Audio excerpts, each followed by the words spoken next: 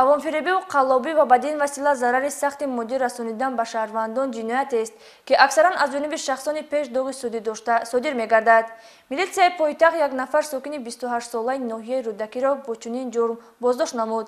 Дастгиршуда худро корманди комиссарияти ҳарбӣ муаррифӣ карда, аз ҷавонписарон бо баҳонаи ба хизмати ҳарбӣ даъват накардан маблағ ва телефонҳои мобилияшонро талаб карда, аз они худ кардааст.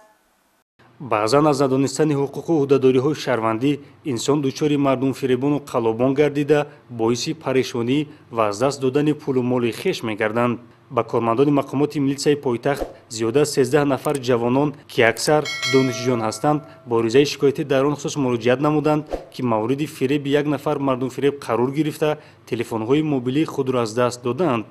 дар натиҷаи баррасии муроҷиатҳои шаҳрвандон, кормандони шуъбаи вазорати корҳои дохили як дар ноҳи Шоҳмансури шаҳри Душанбе бо гузарондани як қатор чорабинои оперативии ҷустуҷӯӣ шаҳрванд Назарзода Акбарҷони Гадо соли таваллудаш 1992 истиқоматкунандаи ноҳияи Рӯдакӣ деҳаи Теппаҳои Самарқандиро ҳамчун гумонбар дастгир намуданд.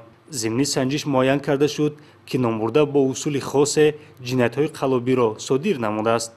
ӯ худро ҳамчун корманди комиссарияти ҳарбӣ муаррифӣ намуда, ҷавононро аз ба таври зурӣ ба хизмати ҳарбӣ бурдан тарс дода, телефонҳои мобилияшонро аз они худ мекардааст.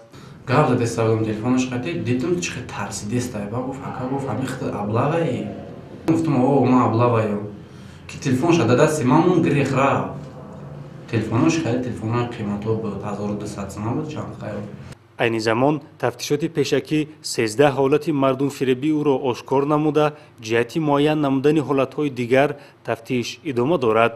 ин амали ноҷавонмардонаи дастгиршуда боиси коста гардани обрӯву эътибори мақомоти давлатӣ ва дилсард гаштани ҷавонон аз хизмати ҳарбӣ гашта, номурда барои содир намудани ин кирдориҳои ҷиноятиаш дар назди қонун ҷавоб хоҳад гуфт.